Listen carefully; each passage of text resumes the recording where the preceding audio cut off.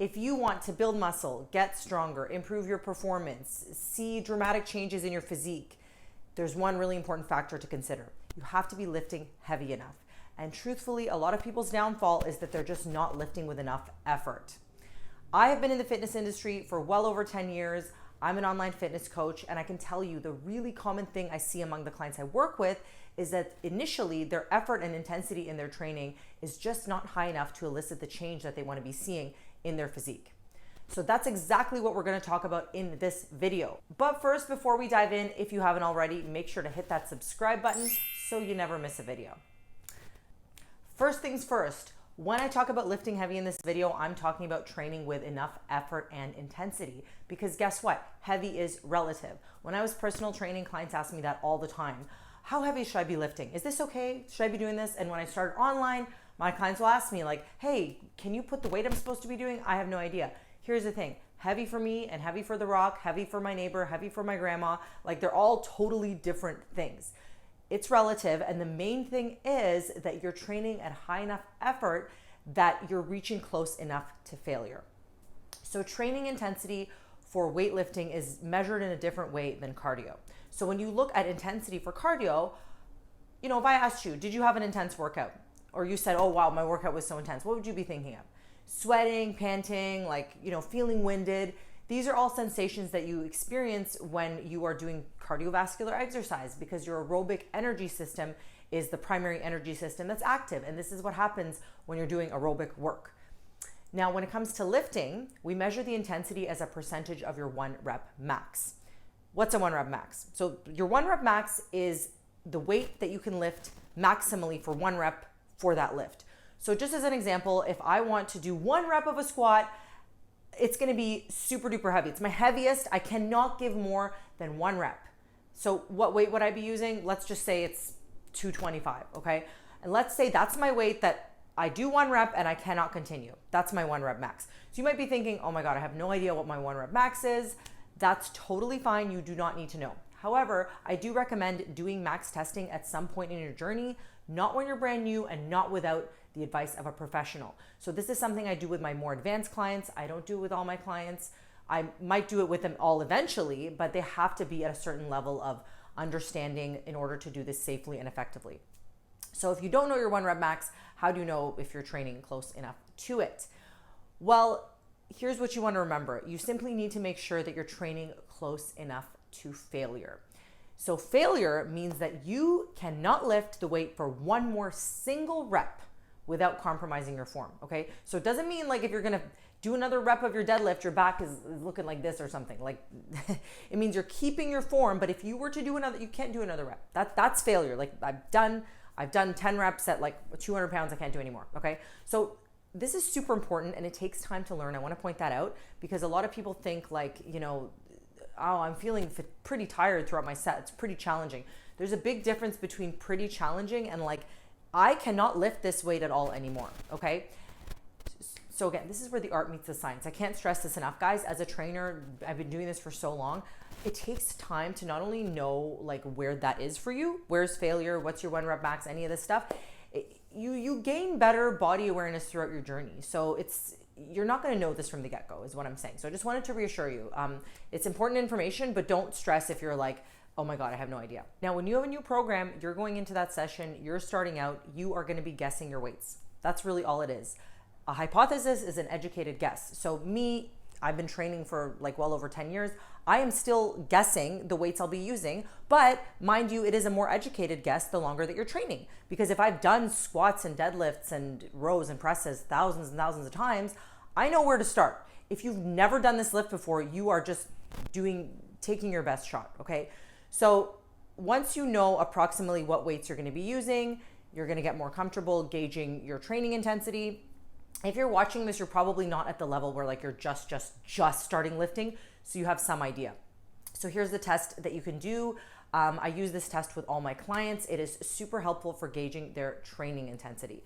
You can do it right away and it's a lot more safe than max testing. So you've done the whole hypothesis, taken the educated guess, you know what weights you're using. Let's say you have 3 sets of 10 in your program. You're like, okay, cool, I'm gonna try 25s for my rows. I think that's good. So you do the 25s, let's say for your bent over row, let's just say, and you have 3 sets. So the first 2 sets, you do your 10 reps that you were doing, you do what you were doing.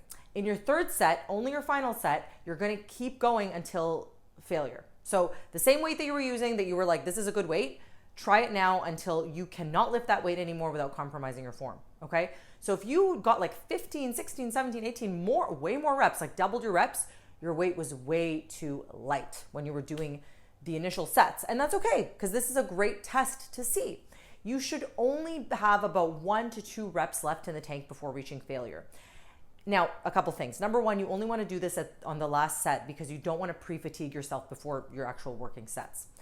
And another helpful thing to remember is that if selected correctly, the weight loads should be feeling tougher. Even the same weight should not be like, no, this is so easy in every single set, or like you can easily complete all your reps.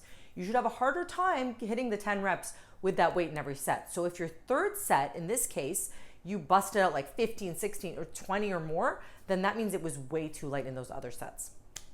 Again, this isn't meant to be like judgment. I don't want you thinking like, oh man, I suck. No, this is just knowledge, and now you know, and you don't need to, go crazy. Maybe your next session, you're gonna implement a little bit heavier weight, and that's great. Another good way to gauge your training effort is to see how slow the weight is moving towards the end.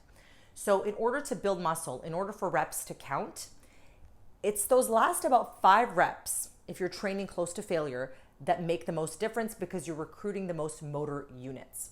So think about it this way. If I'm doing any movement, I'm going to be recruiting the most motor units as possible to help with that movement. But when it comes to resistance training, it's those last few reps, if you're training at a high enough level of fatigue, that are really going to bust out all the motor units to help. And that's what you want. You want to reach that level of mechanical tension. Let me show you actually right here. I have this video of me doing a seated row. So here I went to about a 9 RPE. RPE is rate of perceived exertion. Okay, so this means that I felt like this was a 9 out of 10 in terms of what I had in the tank. In other words, I had about 1 rep, maybe 2 reps shy of failure here. And as you can see, I can pull quickly and then extend out back. So about 1 second in, 2 seconds out, let's say, throughout my set until I reach the last few reps of that set. And that's when the weight starts moving slow towards my body. Okay, so if you watch here, the weight it's really hard for me. Like I'm really busting out all stops. And this is when I'm recruiting the most motor units, which is exactly what I want. So if the weight is moving at the same pace and you can maintain your tempo all throughout your set, again, that's an indicator that you might want to go heavier. So I want to come back and talk about the RPE for a second because I did just mention that. So like I said to you, this is the rate of perceived exertion, and this is also a tool you can use to judge how heavy you should be lifting throughout your programming. So week 1 of a program, typically you want to be going, again, you're just guessing your weights. Like week 1, just think of it as like the guesstimation period. You don't want to be lifting like super light, especially if you're a comfortable lifter. Like if you know your stuff, you don't need to be like doing like 50% of what you normally do.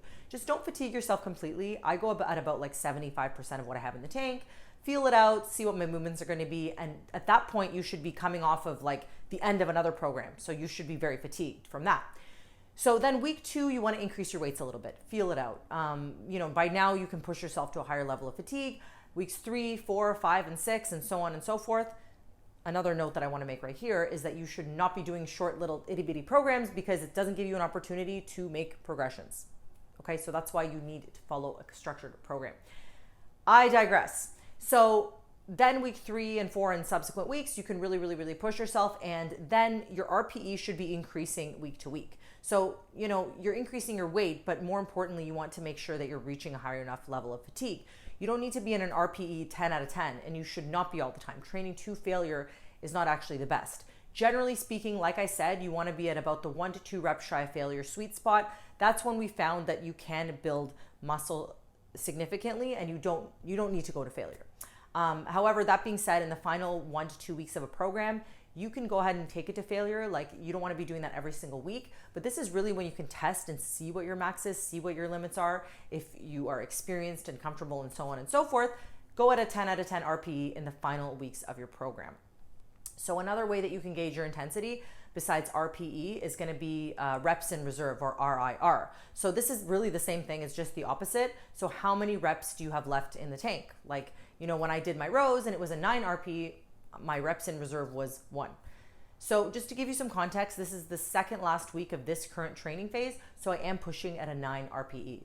And I just want to point out, Last but not least, I said it before, this takes time. It really takes time.